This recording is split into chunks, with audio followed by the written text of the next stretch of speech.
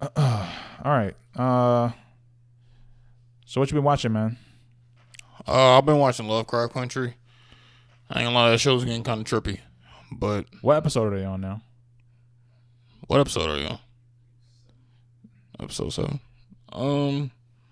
They just had an episode called I Am, where basically, if you don't watch it, I don't care.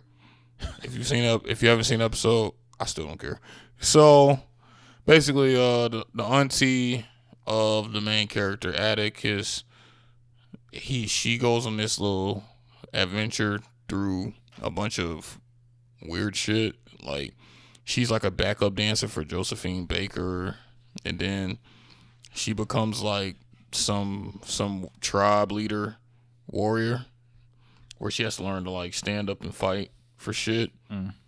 And I guess it's like a self-discovery journey, but she has the power. She develops the power to basically, she can say she wants to be anything, and she becomes that. So she can say, I am Bill Gates, and then she becomes Bill Gates, but like, like the black Bill Gates or whatever. Because the whole, you gotta remember, the whole show is racist, so it's still like a race-centered show. Who's rich? Byron Allen? Yeah.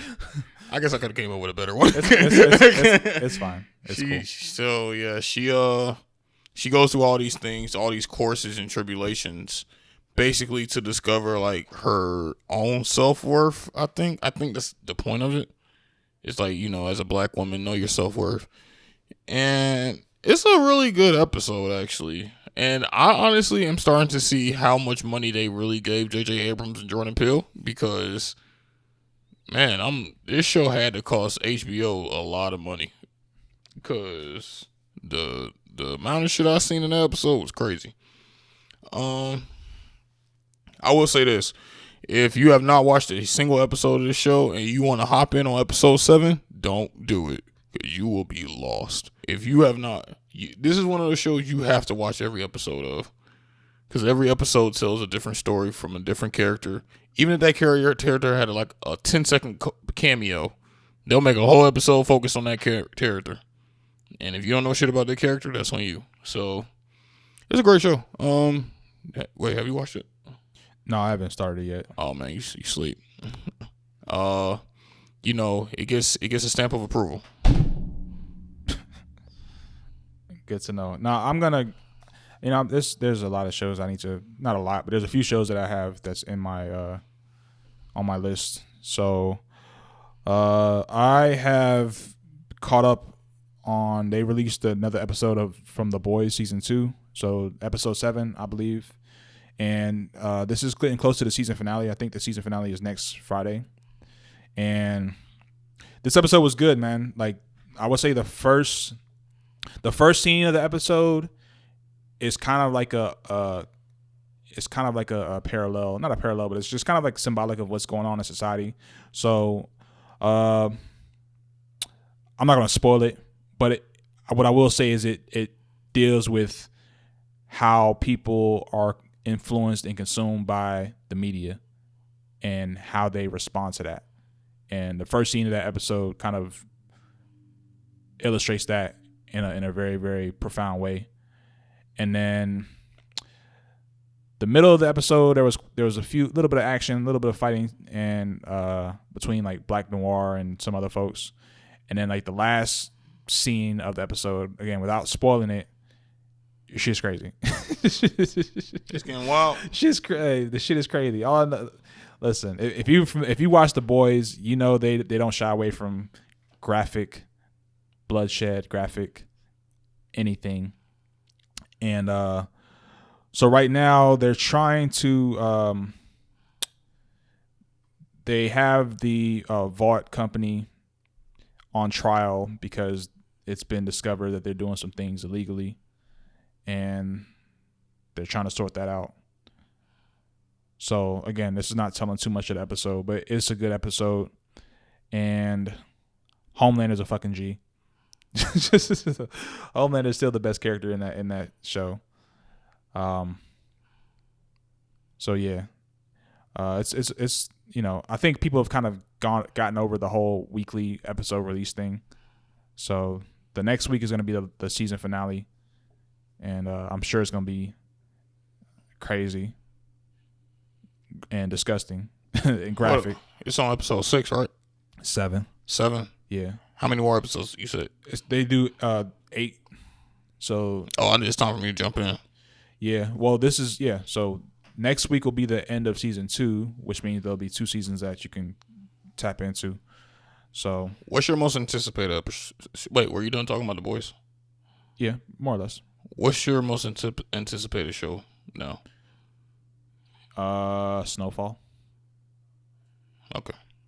Matter of fact, they just the main actor just posted something on social media saying we're back. That's all I need to see.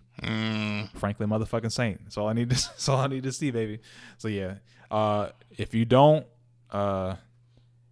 haven't seen Snowfall, it's on FX, and I would definitely, if I was you, I would definitely watch it.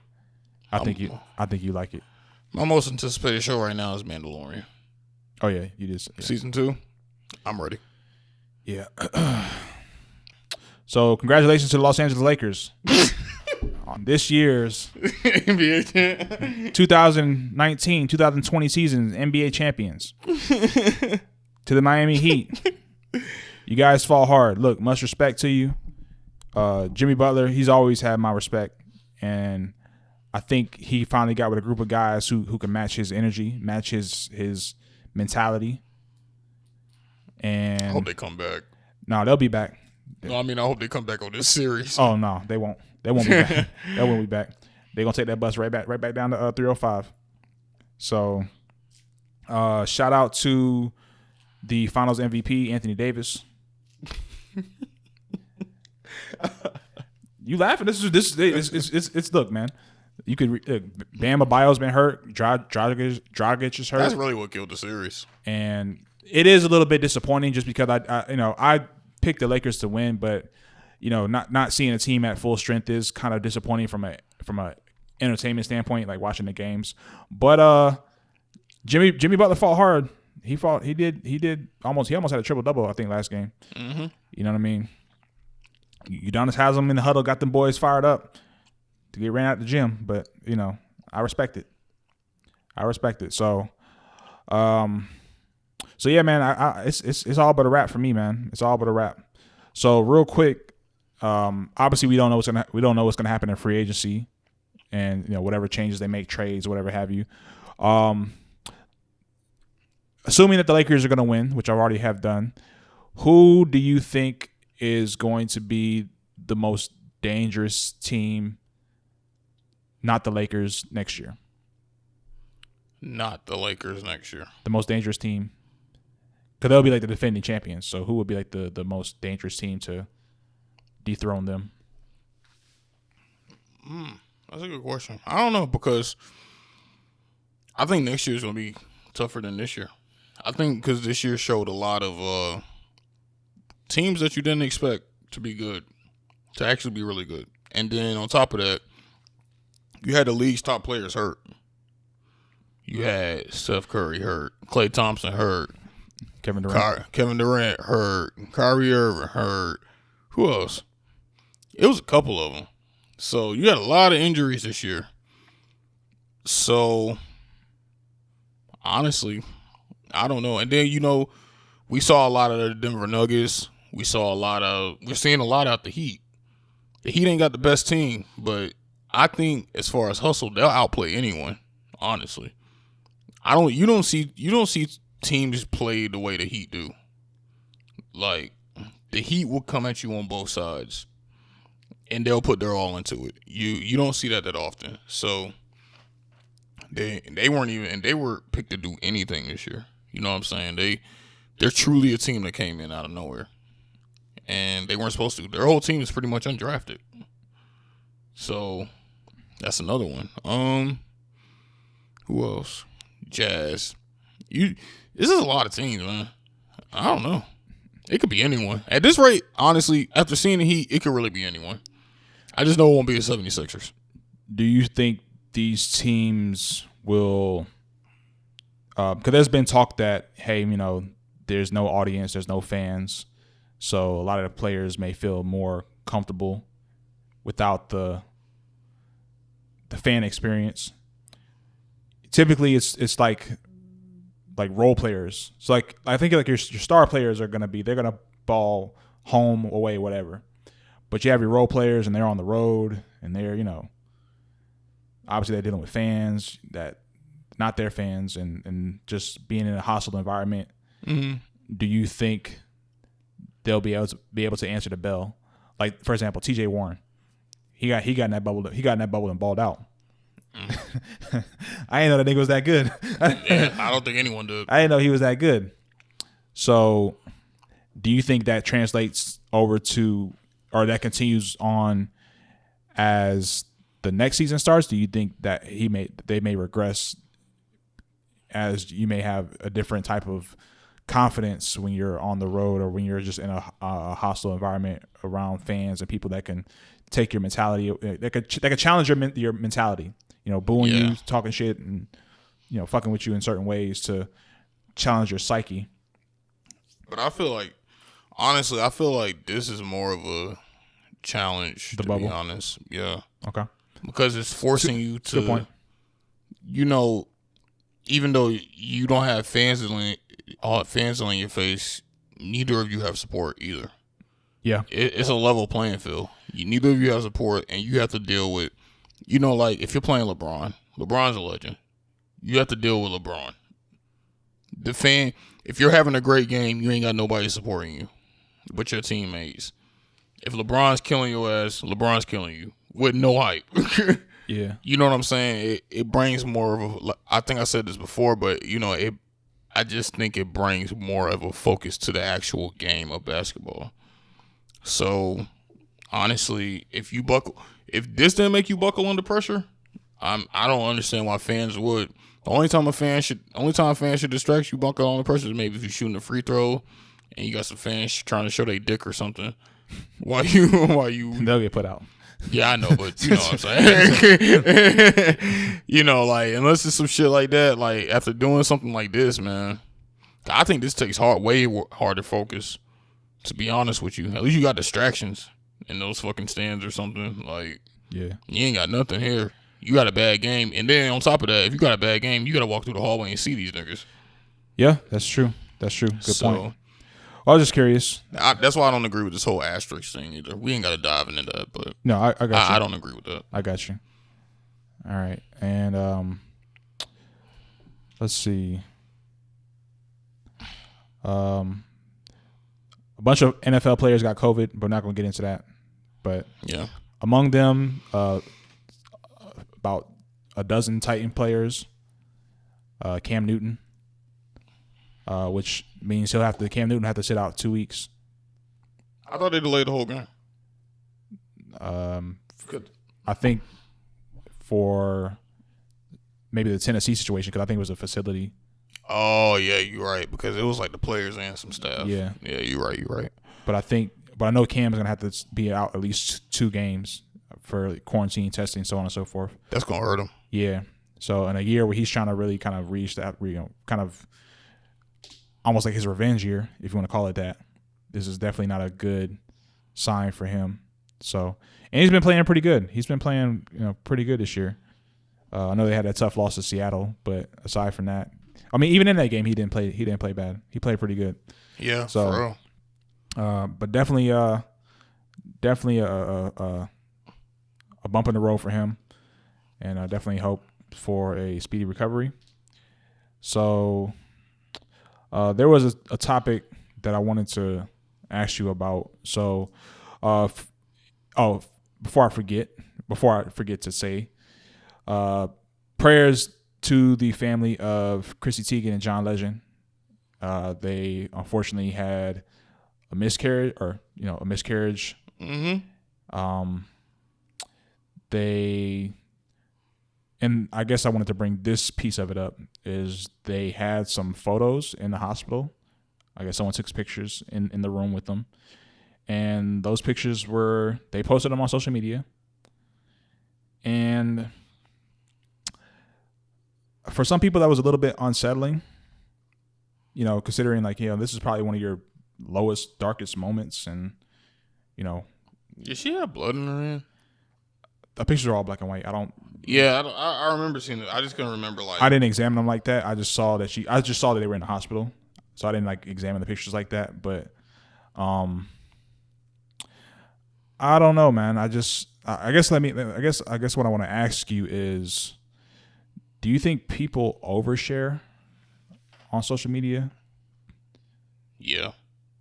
And what exactly is now? I know the argument's going to be like, hey, it's their page, and I get it, but I do think there's certain things that everyone doesn't have to see. I think people who have any level of empathy can empathize with a family losing a child without them having to post about it. So yeah, for me, I just wonder, what makes some of, I'm not gonna say we, because I know it's not everyone, but what makes us feel the need to share like certain things? Like, I think something like that where it's like a low point, I would imagine, and probably one of the lowest points of a person's life, like in the moment, in that instance. Yeah, I do think there is certain things you don't need to share. I think, what each person, and here's the thing. I think the thing is that, what I may find to be a limit, another person may not find to be a limit. And let me just say this real quick. For the listeners out there, I would actually love to hear you guys' opinion on this. And again, this is just my opinion as well. So this is not really like a debate of sorts. I just want to kind of see where your thoughts are on that topic. So if you are on YouTube watching, definitely leave a comment. Or if you just go to the Pencil Pushers Project social media Instagram page and just kind of leave your let us know what you think about that particular situation. We may put like a poll up or something as well, but I'm sorry, I'm going to cut you off. I just want to throw that in there. But you were saying that certain things you feel like. Yeah. So there are certain things that I feel like you don't need to share. It's like, and if you're gonna share it, you need to share it in the sense like, if a girl posts, "Hey, I'm on my period," well, at least make it funny. You know what I'm saying? Like, I'm not saying they shouldn't make this miscarriage funny. I'm just trying to give an example, like, because we don't care about your period. But if you're gonna share it, at least make it funny, something. But I don't think every little thing that happens in your life needs to be posted. I don't. If you're dealing with something personally, don't go to social media to reevaluate. It's like when people, something that kind of bothers me. I never understood it, and maybe it's just because I've never been in this. Maybe I just never felt this way. But I go on my Facebook sometimes and I see people who say, "Hey, man, I'm not having a good day, and I need somebody just to tell me they love me." And it's like, nigga, you couldn't go. Why are you posting this here? You know what I'm saying? Like, and then everybody comes in and they comment, like, "Oh my God, are you okay?" They put the little reaction emojis with the crying face and shit. And, I'm not saying that's a person trying to get attention, but it just never rubbed me the right way. It's like, if I'm feeling like this right now, if I posted some bullshit about some shoes I bought yesterday and you didn't comment on that or like the status, but I post this and all of a sudden you feel some obligation just to comment, it's like, it feels kind of obligatory, because I think you make people feel like, since they read this, oh, let me just check in. And it's not, I don't want to say it's not genuine, but who would have known? You know what I'm saying? If you're going through something, nobody outside of you. The way I operate is nobody outside of who you deal with on a consistent basis really needs to know what's up. You know what I'm saying? Mm-hmm. If I'm feeling like I need love, I may not say it. Maybe I'll just try to find love in a different way. Maybe I'll just say, yo, let's go grab a drink and chill the fuck out. Something, anything. Yeah. But, you know, as far as this Chrissy Teigen, John Legend thing, man, I saw the photo. The photo's disturbing as fuck. That's number one. And I do think it was a bit out of place.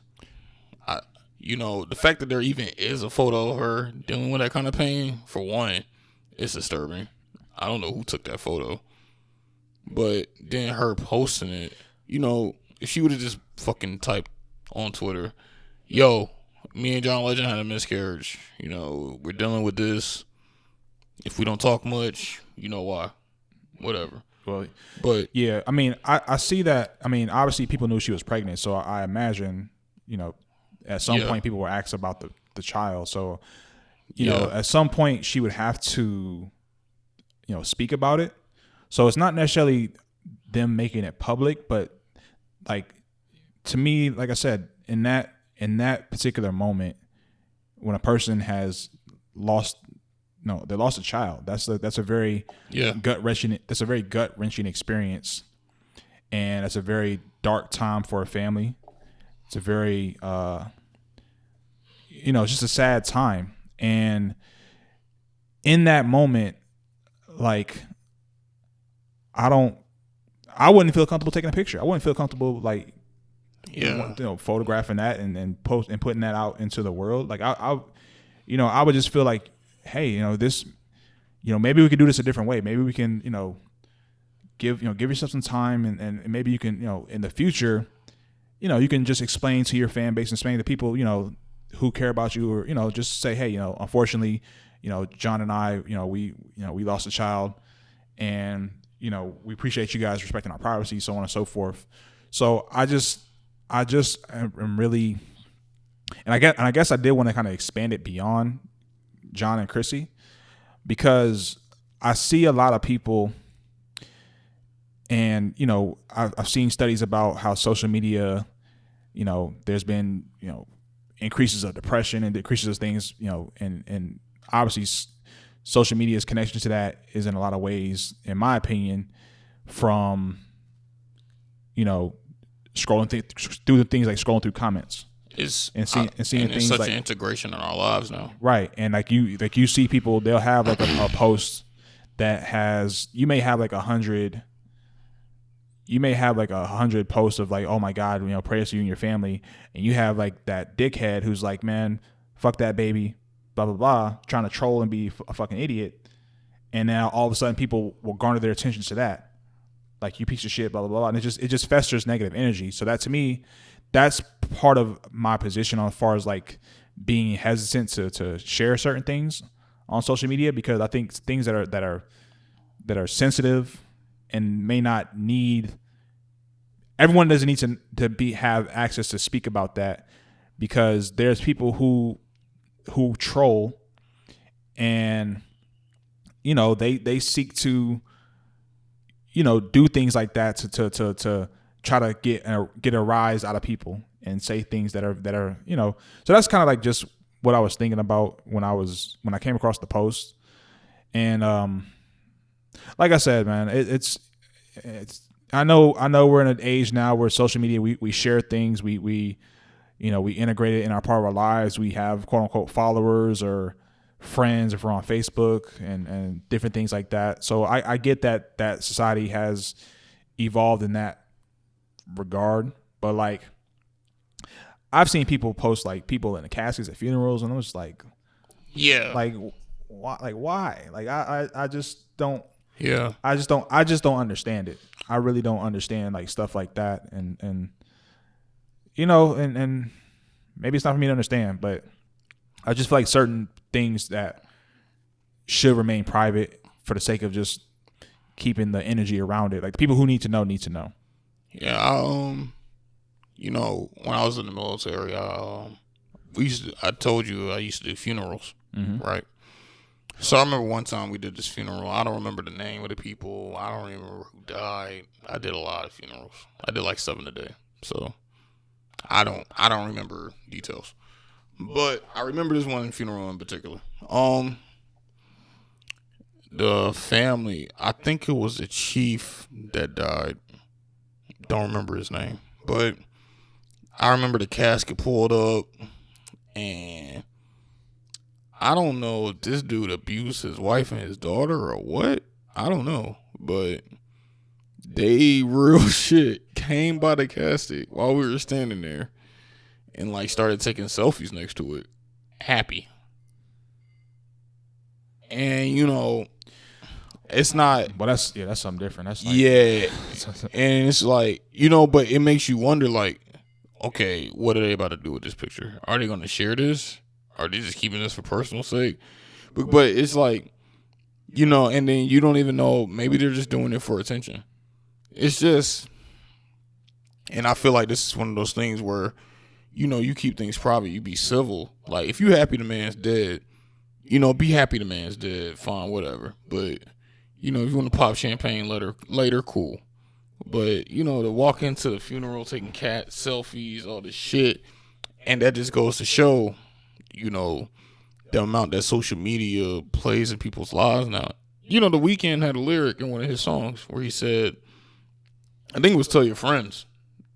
Do you know the lyric I'm talking about? He said like his cousin saw him, and he was at his grandma's funeral, and she wanted to take a selfie with him. Oh no, I don't remember that. Oh man, "Tell Your Friends" is the top 2 Weeknd song, by the way. But yeah, it's, you know, I think if anything, and like I said, you know, shout out to Chrissy Teigen and John Legend, that entire family.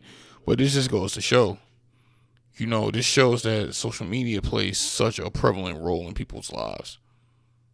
Because I understand you're reaching out for support, but you're reaching out for support to a bunch of people who don't know you personally. You know, I don't know what you like to eat for breakfast in the morning.